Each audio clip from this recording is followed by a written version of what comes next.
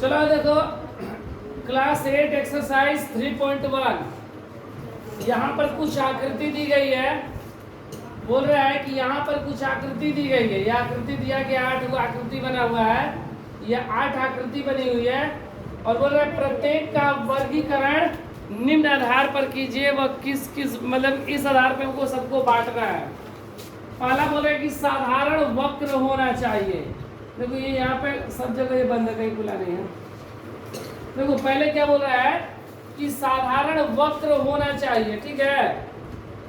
तो वक्र मतलब टेढ़ा मेढ़ा वाला, उसी को वक्र बोलते हैं। सीधा को हम लोग वक्र नहीं बोलते, जो टेढ़ा मेढ़ा रहता है उसको हम लोग क्या बोलते हैं? वक्र। तो इसमें वक्र कौन कौन सा है? तो देखो इसमें वक्र जो है साधारण वक्र बोला गया ना, सिंपल वक्र मतलब टेढ़ा मेढ़ा होना चाहिए। तो देखो ये पहला जो आकृति है साधारण वक्र है। दूसरा भी क्या है? दूसरा भी क्या है? साधारण वक्र है। उसके बाद जो एकदम साधारण टेढ़ा मेढ़ा हो, बहुत ज्यादा नहीं, जो साधारण मतलब एकदम सिंपल में हो। तो जैसे पहला आकृति है, उसके बाद दूसरा आकृति, उसके बाद कौन सा? तीसरा है साधारण। ये तीसरा साधारण पूरा घूम गया है। चौथा भी नहीं है। पांचवा है ये साधारण है, क्योंकि पूरा नहीं है, आधा आधा पे घुमा है। तो ये पांचवा हो जाएगा। अब देखो उसके बाद छठा, ये भी साधारण वक्र है, क्योंकि पूरा नहीं घुमा है। देखो यहाँ तक सीधा सीधा लाइन है ये ऐसे। तो ये क्या है? पांचवा भी है। पांचवा का क्या है? 6 नंबर है। अब देखो ये जो 6 के बाद 7 है ना, तो ये साधारण जो 7 नंबर है ये साधारण वक्र है। तो ये भी देखो साधारण, पूरा गोल नहीं घुमा, यहाँ तक घुमा, फिर ये देखो सीधा लाइन है। तो ये भी साधारण वक्र है। तो कौन कौन सा? पहला, दूसरा, पांचवा, छठा और सातवां, ये साधारण वक्र है। अब बोल रहा है कि साधारण बंद वक्र, साधारण तो होना चाहिए। तो स्वाभाविक सी बात है, ये जो है ये सब साधारण है, तो मतलब ये साधारण है। लेकिन यहाँ पर एक शब्द लगा दिया बंद, मतलब वो बंद होना चाहिए। तो यहाँ पर इस जितनी भी आकृति दिखाई दे रही है, इसमें कोई खुला आकृति है नहीं, सब बंद है।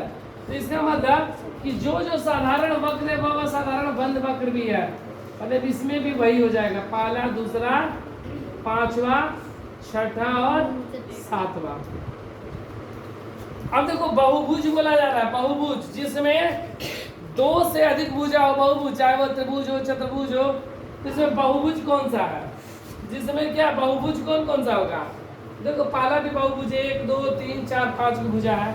ये भी क्या है? पंचभुज हो जाएगा, बहुभुज है। ये दूसरा में 4 को भुजा है, मतलब चतुर्भुज, ये भी क्या है? एक बहुभुज है। यहाँ पर भुजा नहीं पता चल रहा है, तो वो नहीं होगा। उसके बाद पहले कौन कौन सा आ रहा है? देख लो, पहला आ रहा है, दूसरा आ रहा है, तीसरा नहीं है, नहीं ना है। यहाँ पर चौथा में देखा जाए तो यह बहुभुज है। 1 2 3 4 5 बहु है। चौथा आकृति भी बहुभुज है। ये क्या है? बहुभुज है। ये तो वक्र है। बहुभुज को सीधा रेखा दिखाई नहीं दे रहा है, चारों में से कोई नहीं, ये नहीं है। अब देखो उसके बाद बोल रहा है उत्तल बहुभुज। उत्तल बहुभुज किसको बोलते हैं वो देखो, ठीक है, उत्तल बहुभुज। तो देखो जिस बहुभुज का विकर्ण अंदर की तरफ रहेगा उसको उत्तल, जो विकर्ण बाहर की तरफ रहेगा उसको अवतल। तो ये देखो ये विकर्ण बाहर की तरफ, देखो विकर्ण ऐसे खींचेंगे तो ये बाहर की तरफ भाग रहा है ना, मतलब ये अवतल है। ये कौन सा है? अवतल है। ये देखो ये बाहर की तरफ नहीं है, अंदर ही की तरफ है, इसलिए ये क्या है? उत्तल है। इसमें तो विकर्ण खींच नहीं सकते हैं।